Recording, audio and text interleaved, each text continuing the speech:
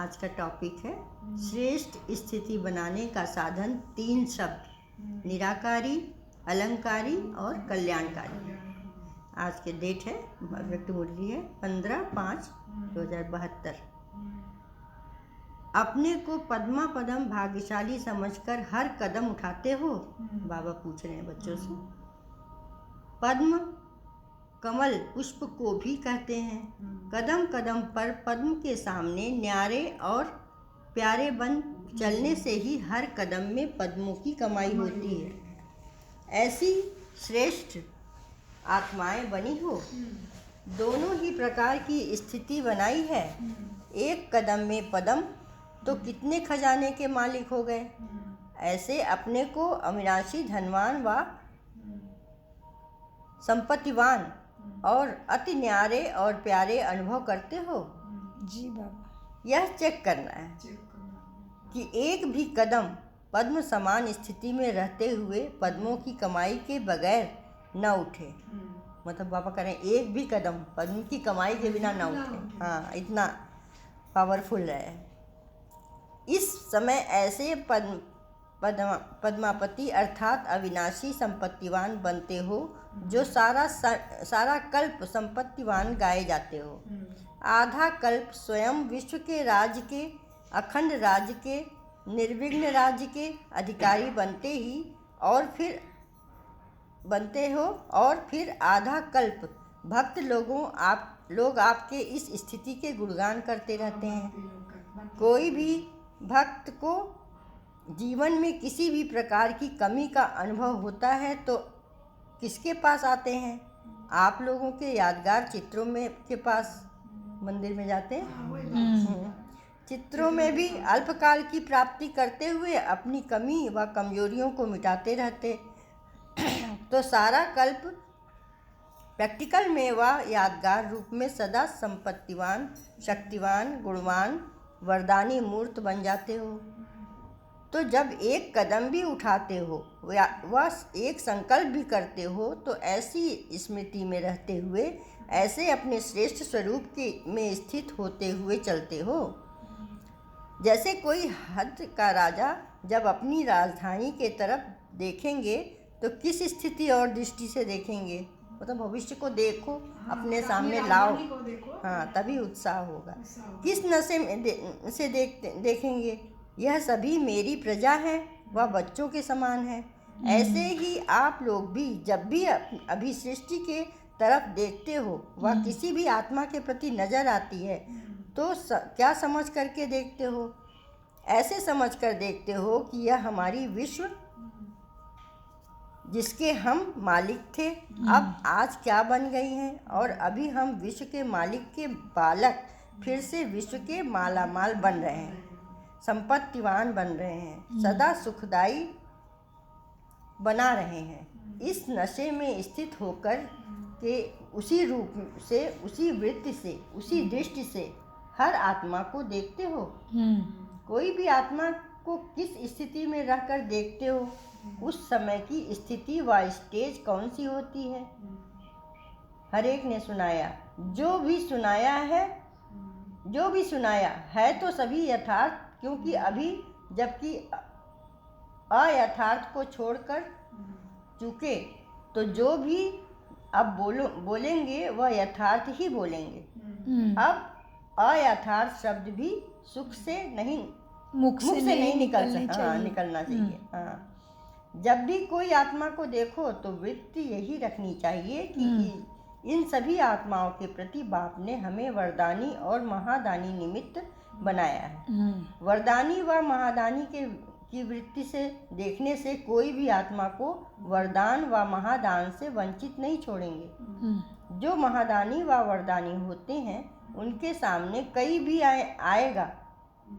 आएगा तो उस आत्मा के प्रति कुछ न कुछ दाता बनकर के देंगे जरूर, कोई को भी खाली नहीं भेजेंगे। तो ऐसी वृत्ति रखने से कोई भी आत्मा आप लोगों के सामने आने से खाली हाथ नहीं जाएगी। दृष्टि दो, वृत्ति से उसको, मन से उसको, हाँ, कुछ न कुछ लेकर ही जाएगी। तो ऐसे अपने को समझकर हर आत्मा को देखते हो। दाता के बच्चे दाता ही तो होते हैं। जैसे बाप के पास कोई भी आएंगे तो खाली हाथ नहीं भेजेंगे ना, तो ऐसे ही फॉलो फादर। जैसे स्थूल रीति में भी कोई भी बिना कोई यादगार सौगात के नहीं भेजते हैं ना, कुछ न कुछ निशानी देते हैं। यह स्थूल रस्म भी क्यों चली? सूक्ष्म कर्तव्य के साथ सहज स्मृति दिलाने के लिए एक सहज साधन बनाया हुआ है। तो जैसे यह सोचते हो कि कोई भी स्थूल सौगात के सिवाय न जाए, वैसे ही सदा यह भी लक्ष्य रखो कि कम से कम थोड़ा बहुत भी लेकर जाए। तब तो आपके विश्व के राज्य में आएंगे। ऐसे सदाचारी और सदा महादानी दृष्टि, वृत्ति और कर्म से भी बनने वाले ही विश्व के मालिक बनते हैं। तो सदा ऐसी स्थिति में रहें, अर्थात सदा संपत्तिवान समझ कर चले। इसके लिए 3 शब्द याद रखने हैं। जिन 3 शब्दों को याद रखने से सदा और स्वतः ही यह वृत्ति रहती है, वह 3 शब्द कौन से हैं? निराकार, सदा निराकारी, अलंकारी और कल्याणकारी। शुरू में ही बाबा पॉइंट बता दिए। निराकारी, अलंकारी और कल्याणकारी। अलंकारी कैसे बनेंगे? क्या करेंगे अलंकारी? कल्याणकारी तो भले बने भाव से, लेकिन अलंकारी कैसे बनेंगे? अपना सब कुछ बाबा को मुख हर्षित रखना चाहिए, उससे सजावट हो। जैसे श्रृंगार लोग गहने से सजाते हैं, वो ऐसा नहीं, अपना चेहरा ऐसा हो कि लोग आकर्षित हो। हाँ, स्वभाव, संस्कार, बोल चाल सब में गुणों से धारणा वाले, गुण युक्त, सद्गुण युक्त, जी धारणा युक्त होगा, माना अलंकारी। सर्व गुणों को धारण करना पड़ेगा, संस्कारों में लाना पड़ेगा। अगर यह 3 शब्द याद रहे तो सदा अपने श्रेष्ठ स्थिति बना सकते हो। चाहे मनसा, चाहे कर्मणा में, चाहे सेवा में, तीनों ही स्थिति में अपनी ऊंची स्थिति बना सकते हो। जिस समय कर्म में आते हो तो अपने आप को चेक करो कि सदा अलंकारी मूर्त होकर चलते हैं। जिस समय कार्य करते रहते हैं हम लोग कर्म में आते हैं, तभी सारे गुण शक्तियाँ याद है क्या? हाँ। हड़बड़ में थोड़ा क्रोध हो रहा है, चिड़चिड़ हो रहा है, इरिटेशन हो रहा है, ऐसा तो नहीं ना? बाबा के उसको भूल जाए। बाबा जो चाहते हैं वही करना है। अलंकारी मूर्त देह अहंकारी नहीं होते हैं। अलंकार में अहंकार खत्म हो जाता है। इसलिए सदैव अपने अलंकारों को देखो कि स्वदर्शन चक्र चल रहा है। अगर सदा स्वदर्शन चक्र चलता रहेगा तो अनेक प्रकार के माया के विघ्नों के चक्र में आ जाते हैं, तो यह नहीं आएंगे। सभी चक्रों से स्वदर्शन चक्र द्वारा बच सकते हो। तो सदैव यह देखो कि स्वदर्शन चक्र चल रहा है। कोई भी प्रकार का अलंकार नहीं है, अर्थात कोई भी प्रकार का अलंकार लिखा हुआ है इसमें, अहंकार होना चाहिए ना? अच्छा, अहंकार होना चाहिए, जी। अर्थात सर्व शक्तियों से शक्ति की कमी है। जब सर्व शक्तियाँ नहीं तो सर्व विघ्नों से व सर्व कमजोरियों से भी मुक्ति नहीं। कोई भी बात में, चाहे विघ्नों से, चाहे अपने पुराने संस्कारों से, चाहे सेवा में, कोई असफलता का कारण बनता है। उस कारण के वश कोई न कोई विघ्न के अंदर आ जाते हैं। तो समझना चाहिए मुक्ति न मिलने के कारण शक्ति की कमी है। विघ्नों से मुक्ति चाहते हो तो शक्ति धारण करो, अर्थात अलंकारी रूप में होकर रहना है। कौन सी शक्तियाँ धारण करेंगे अभी? याद करो भाई अपनी शक्तियों को, शिव शक्तियों याद करो। शक्तियाँ कौन सी है? शक्तियाँ बोलने से समाने की शक्ति, सहने की शक्ति, बहुत रखने की शक्ति, सामना निर्णय करने की, बहुत अच्छा जी। अलंकारी समझ कर नहीं चलते, अलंकारों को छोड़ देते हैं। बिना शक्तियों के मुक्ति की इच्छा रखते हो तो कैसे पूर्ण हो सकती? इसलिए यह तीनों ही शब्द सदा स्मृति में रखते हुए फिर हर कार्य करो। तीनों शब्द आ गए अंकल जी, स्मृति में आ गए 3 शब्द। निराकारी मन आत्मिक, और अलंकारी मन आत्मा के सर्व गुण, और फिर कल्याणकारी सबके प्रति अच्छी भावना, जी। उसके बाद सेवा, आज वो ऑटोमेटिक हो जाएगी। सेवा ऑटोमेटिक आपकी वृत्ति से, कृति से, दृष्टि से होती रहेगी। तो तो ये 3 शब्द हमेशा याद रखना है। हाँ। थैंक यू बाबा। यह तीनों ही शब्द सदा स्मृति में रखते हुए फिर हर कार्य करो। इन अलंकारों को धारण करने से सदा अपने को वैष्णव समझेंगे। भविष्य में तो विष्णुवंशी बनेंगे, लेकिन अभी वैष्णव बनेंगे, तब फिर विष्णु के राज्य में विष्णुवंशी बनेंगे। तो वैष्णव अर्थात कोई भी म्लेच्छ मतलब गंदे चीज को टच नहीं करने वाला।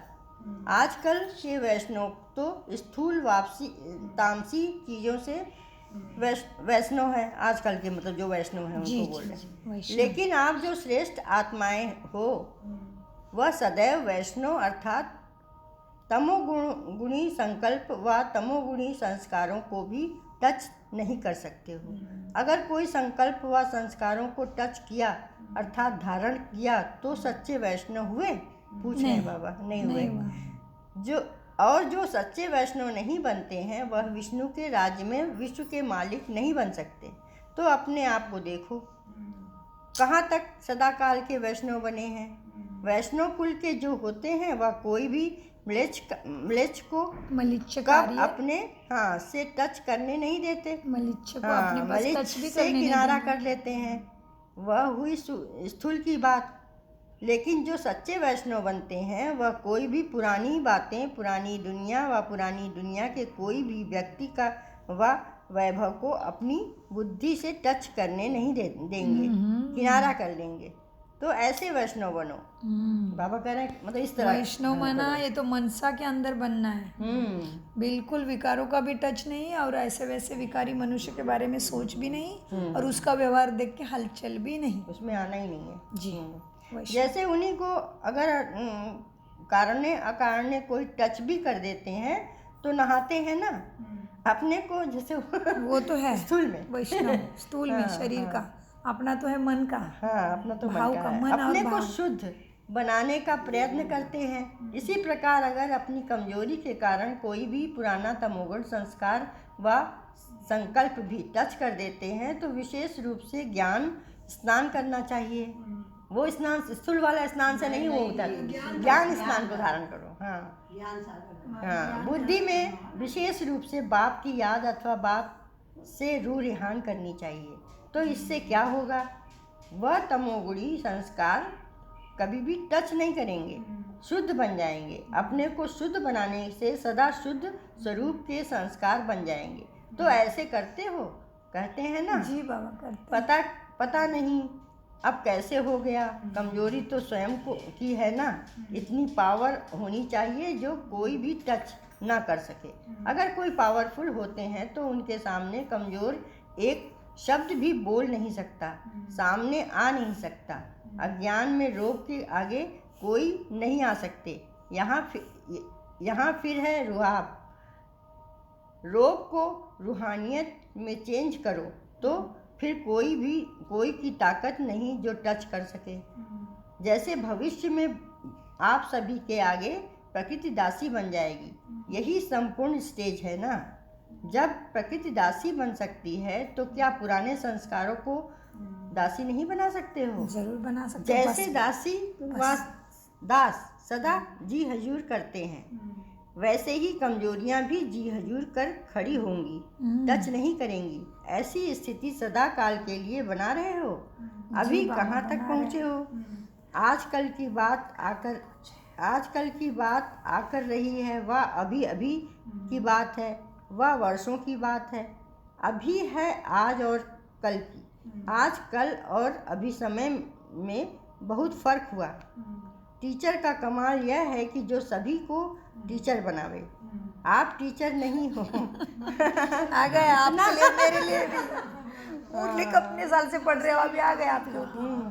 अपने आप के आप टीचर बने हो तो रिजल्ट को भी नहीं जानते हो। यही बाप समान बनाने का कर्तव्य करना है। टीचर अगर टीचर न बनावे तो टीचर ही कैसा। वाह, बाबा ने तो बना ही नहीं। हमने बना दिया भाई। आज आपको मिल गया। आज मुझे कान नहीं पकड़े मेरे। बाबा आपके ऊपर ही इशारा है। मतलब आपको बना रहे हैं जी, मुझे मेरे कान नहीं पकड़े आज। आज थोड़ा गिफ्ट मिला है। मिला। थैंक यू बाबा। अगर आप अपने आप के टीचर बन करके कहीं नहीं चलेंगे तो संपूर्ण स्टेज को पा नहीं सकेंगे।